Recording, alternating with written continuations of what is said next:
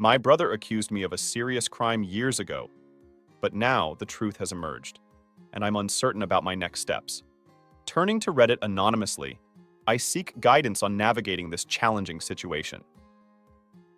Let me provide some background. I'm the younger sibling, and I'll recount the events as accurately as possible to ensure all the facts are clear. Henry, my brother, was always the favorite child in the family. As a child, he never did anything wrong. When he got bad grades in school, my parents would cheer him up and help him improve them, while they would always say, "I'm so disappointed with this result," to me, even though I had done well. Or he got a new car and a big party for his high school graduation, while I got the equivalent of $500 and a pat on the back. He wasn't a bad brother, but we did our own things most of the time. I didn't complain too much, but I also felt like I needed to move out and do things on my own. I went to college in a different place for the next few years and got my MBA in 5 years. I was able to get a job in the place where I grew up. During this time, I only saw my family on their birthdays, and when I went to see them for the holidays. My brother has never been the smartest person in the group. He barely made it through high school. He quit college, and my parents helped him open a small hardware store so he could get back on his feet. I was glad for him, but I had to go on with my own life. I also had a girlfriend named Jenny, who was 22 and from the same city as me. I met her in college. We moved in together when we got back home. She also got a job quickly, and we started to focus on our lives and each other. During the holidays of 2006, I brought her to meet my family. They were surprisingly friendly and open to her, and I felt more loved by them than I had in the previous 22 years. During the whole party, I saw my brother looking at her, but I didn't think much of it. Since then, he's been coming over to my place too often. We used to see each other once every 3 months, but now we see each other almost every day.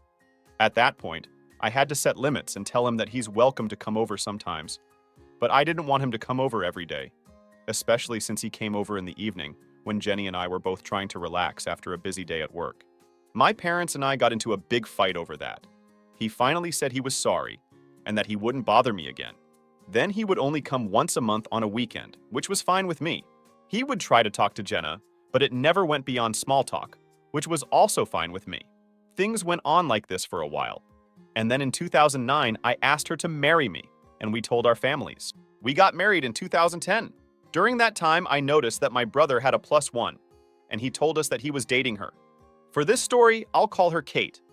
I thought he might finally be able to get over his feelings for Jenny and focus on his own life.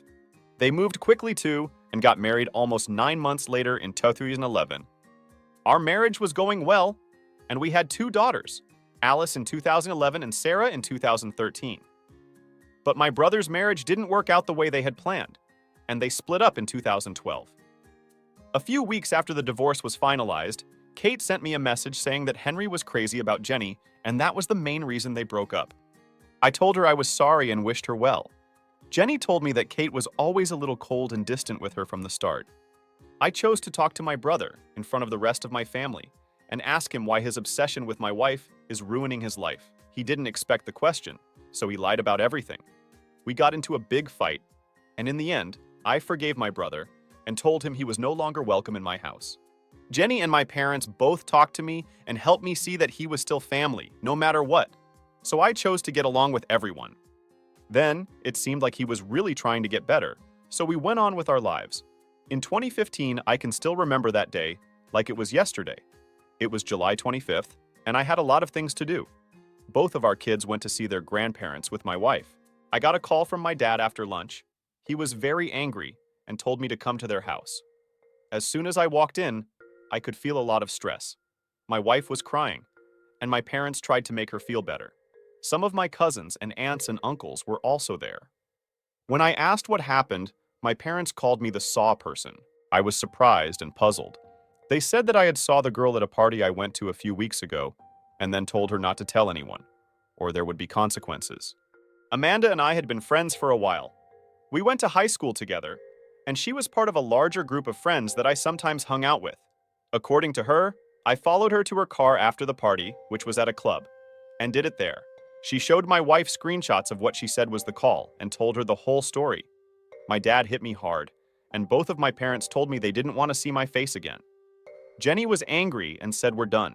I tried to tell everyone that I hadn't done that, but they didn't listen. I was basically kicked out of their house and told that Jenny and the kids wouldn't be coming back, and that my dad would bring their stuff to my apartment. When my father came, I begged and pleaded with him, but all he did was pack a few bags and tell me never to talk to them again, or he would hand me over to the police. By the evening, Henry had sent the screenshots and all the information to our extended family's WhatsApp group. I was kicked out of the group by a unanimous vote. People from my friend group even called me over the next few days to tell me they were disgusted with me and never wanted to talk to me again. During that time, I was a mess. I couldn't eat, I couldn't sleep, and I couldn't even work right. Even though my boss heard the rumors, he couldn't do much until he saw that the cops were taking action against me. He told me that I should leave the company on my own to keep my record clean, and that he would make sure I didn't even have to serve a 2 weeks notice period. I tried to argue the case, but he told me that if the police showed up, he would be kicked out anyway. He also said that because the case was so serious, I wouldn't get layoff pay and my record would be ruined.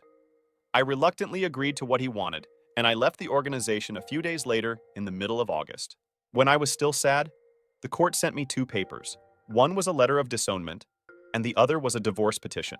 Even though I was pretty drunk, I went to my parents' house anyway.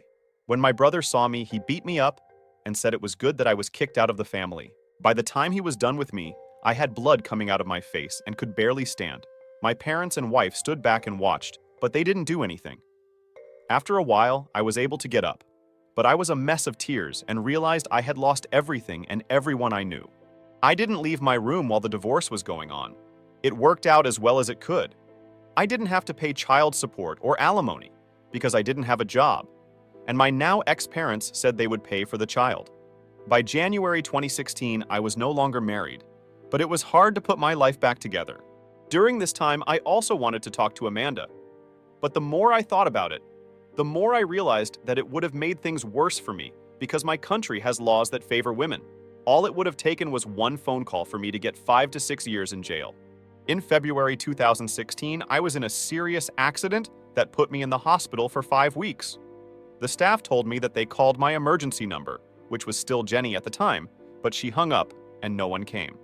After I got better, I realized I had spent a lot of my funds and needed to get back on my feet, if for no other reason than to have a roof over my head. But I realized that there wasn't anything I could do where I was. So I sold all of my furniture, paid off the rest of my rent, and chose to start over somewhere else. I moved to a city 2 hours away and tried to find a job for a while, but couldn't. I also used to drink too much, and I often thought about killing myself. Almost every time she had a bad dream, she would wake up in a cold sweat. This went on for 4 months, and then I ran into an old college friend named James. At that time, he was the quiet kid who didn't talk much to anyone. It was strange to see him again after so many years because he picked me out of the crowd and called my name. We said hello and talked for a while about what was going on in our lives. I told him that I had come to the city to look for work. He told me he had just quit his job and was going to start his own management consulting firm. He then invited me to have a drink with him later, where we talked a lot about our jobs, and he offered me a chance to work with him because he needed a couple of smart people. At this point, I thought I needed to work hard to get these thoughts out of my head, so I said yes, but I told him I wanted to meet him and his team and talk to them before we moved forward. 2 days later, he introduced me to another guy named Derek and said that for now, it would just be the 3 of us.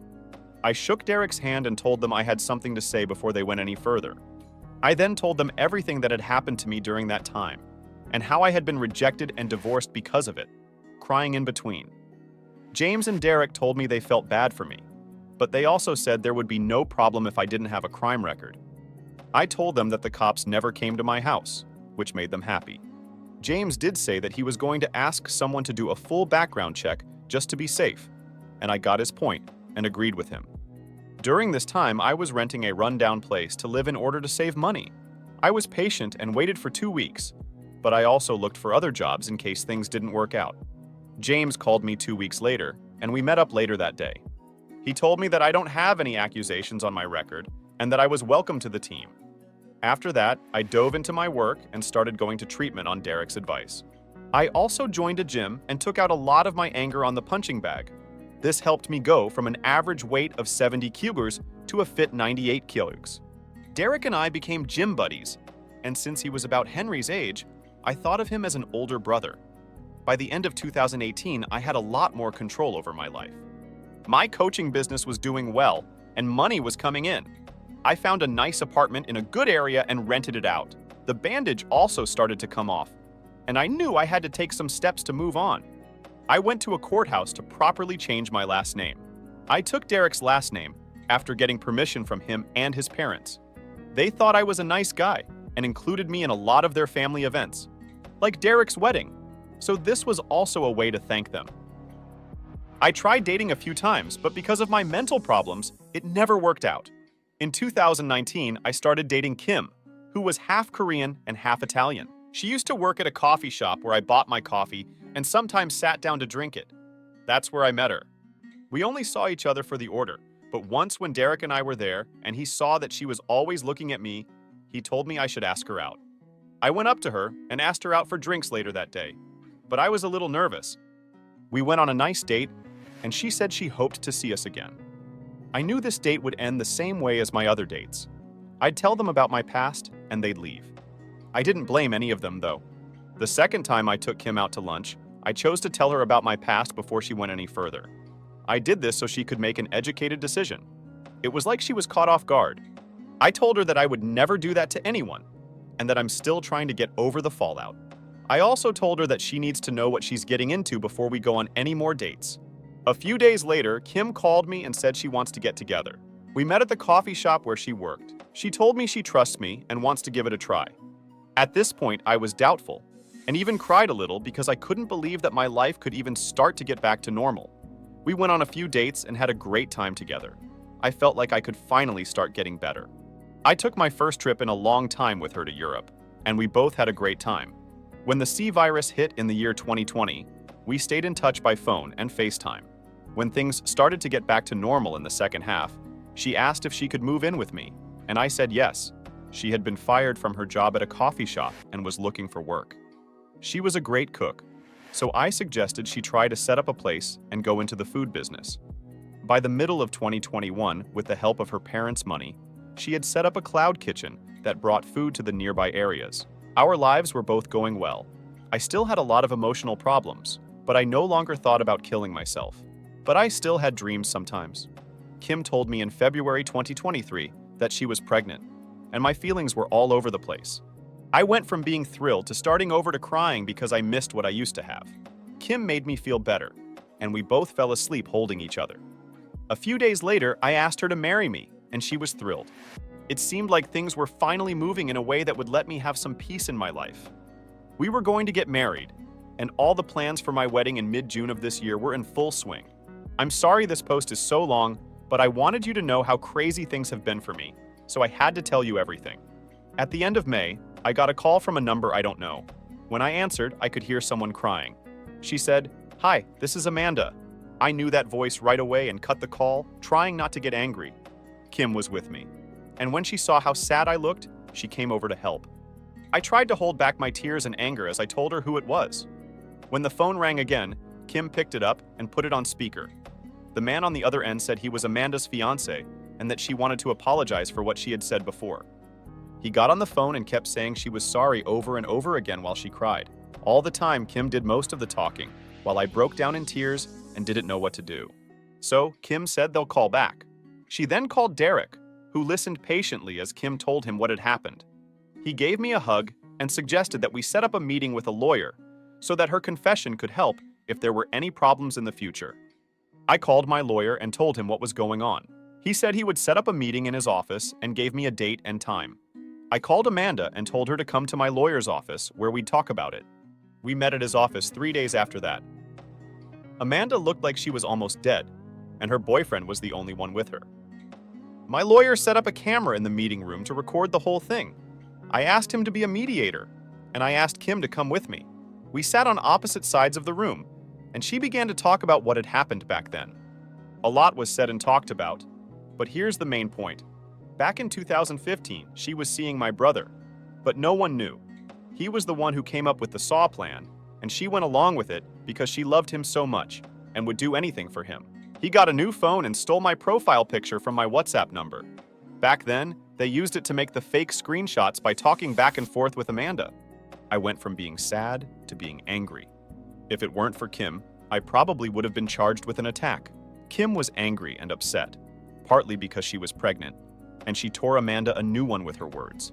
Even though my lawyer tried to keep things calm, it was clear that Kim was very angry. She wants to tell her fiancé that if he keeps marrying this piece of trash, he deserves what he gets. I didn't want to cry or get angry, so I asked them why they were coming out and telling me now. Mark, her boyfriend, came forward and said what was going on. He said that a few weeks ago, they were both pretty drunk, and she told him how she had helped an ex-boyfriend break up a marriage. That stuck with him, and after he asked her over and over again and pushed her, she finally told him the truth. Then, he told her that if she wants peace in her life, she needs to own up to her mistakes. After she helped Henry, he started to act cold and distant toward her. And after 6 months, they broke up. At that point, she felt awful but was too afraid to tell anyone. She spent a lot of time in therapy trying to figure out how to deal with her problems. After everything was on the table, my lawyer said, "Let's take a break for 30 minutes and then meet back here." Amanda and Mark left, and our lawyer and I talked about how if I want, he can sue her and my brother for slander. There is more than enough proof for me to do what I want. I was very angry, but I didn't want this to ruin the wedding, so I told myself that whatever I wanted to do would have to wait until everything was over. I told Amanda that I would talk to her again, but for now, she shouldn't tell anyone else. I didn't want my ex's family to cause any trouble at my wedding. After that meeting, Kim gave me a hug and told me that she was right to go with her gut, and that she now feels like a weight has been taken off her shoulders. I felt the same way as she did. James and Derek were both best men at our small wedding, and we went on a 3-week honeymoon around Europe. It was an amazing time for both of us. Lucky for me, I was able to figure out what I had heard, and Derek also told me to put it out of my thoughts. It didn't ruin the vacation too much, even though I was having nightmares more often than usual, and Kim was always there to help me. I also talked to my therapist, who told me that I will need to talk to my ex-family at some point, if for nothing else than to put things to rest. After a lot of thought about everything that had happened, in July, I chose to talk to Amanda and let her know what she needed to do. I told her that because of what she said, I was going to go to court. But if she didn't want to lose money, she had to do what I said next. She needed to talk to Jenny alone and tell her everything she told us in the lawyer's office. She couldn't stop crying as she listened to me and told me that Mark had left her. I told her that I wish I could feel sad for her, but I don't. I then told her that karma is hard on everyone. It hit her hard, and now it's coming from my brother. A couple of days later, Jenny sent me a text message. Even though I was blocked, I still texted her birthday wishes for both of our girls and holiday greetings. It had been 8 years since I had heard from anyone. She asked essentially if we could talk. I didn't want to talk to her by myself, so I told her I would call her in a few hours. When the call came in, I was at home with Kim. I could hear Jenny crying intensely for a while before she told me she was sorry and how bad she feels right now. I have been able to keep my cool all this time. I told her it hurt a lot to know that she didn't think much of me because she was so easy to trick by Henry. I asked her how my girls were doing, and she said they were fine. I then asked when she met Amanda, and she said it had been 2 days. It took her a long time to realize she was wrong, but once she did, she moved away from me quickly. She told my ex-parents right away, and they were just as shocked as she was. Everyone wanted to talk to me, but she said she wants to talk to me first and say she's sorry. I told her that what she did was way too bad. She told me that the golden child had been kicked out of the house. When I asked about him, I laughed a little. She told me that she married Henry a year after the divorce was final, because he was the one who helped her through it. And all of a sudden, it made sense. It looks like he never got over her. She told me that she and him also have a daughter. After we talked, I pretty much told her what would happen, and a specific thing I wanted. I want her to talk to all of my ex-family members so they know what a pause he is. Second, I only want to co-parent my 2 daughters, and I don't plan to get back together with her if that's not what it takes for me to have a bond with them. And third, I'll send her a text message with the date and time I want to meet my ex-parents in person. After that, I just hugged Kim. I knew she was pregnant, and her mood would have been all over the place, so I kept my feelings in check. I think she was crying for both of us, and we both fell asleep on the bed. When I woke up the next morning, my phone was off. And when I turned it back on to charge, I saw that I had missed more than 50 calls and got a lot of texts. I was also added to the family group chat, in which everyone said sorry. Over the next few days, some of my friends started sending me texts in which they apologized for what had happened and how they had acted too quickly. I told the family group that since I was kicked out of the family almost 8 years ago, I was a stranger in this group and wanted to stay that way. I also told them not to add me back to this group and left the group. Whether I forgive them or not would depend on me and my schedule, not theirs. Some family members tried to shame me by sending me messages saying they were unhappy in how I reacted. I told them they couldn't judge me because they were so quick to assume what I did and to not contact me again unless I did. A few weeks later, I called Jenny and asked her to bring my girls to my house for the weekend so I could get to know them better. Kim, who is as bold and headstrong as she is, said that she also wants to meet her stepdaughters. We fought a lot, most of the time. I told her that she needs to take care of herself because she was pregnant, but the Asian in her was pretty strong, so I gave in. We got together in a park. Jenny looked a little messy, but she seemed to have tried to look as good as she could at this meeting. There, I saw Alice and Sarah for the first time in 8 years. They had changed so much, and the only memories I had of them were on my phone because I was pretty cut off from social media and other places. Jenny came up to me crying and tried to give me a hug, but I blocked her with both hands. I then introduced her to Kim as my wife, and she started crying uncontrollably. In the park, Tim went up to her to comfort her, and we sat down nearby. I grabbed both of my daughters and yelled, "My girls!" They didn't know about me until recently, and they were pretty confused because they only knew each Nuri as their father. Seeing me all of a sudden made them feel a lot of things, and they cried and talked a lot.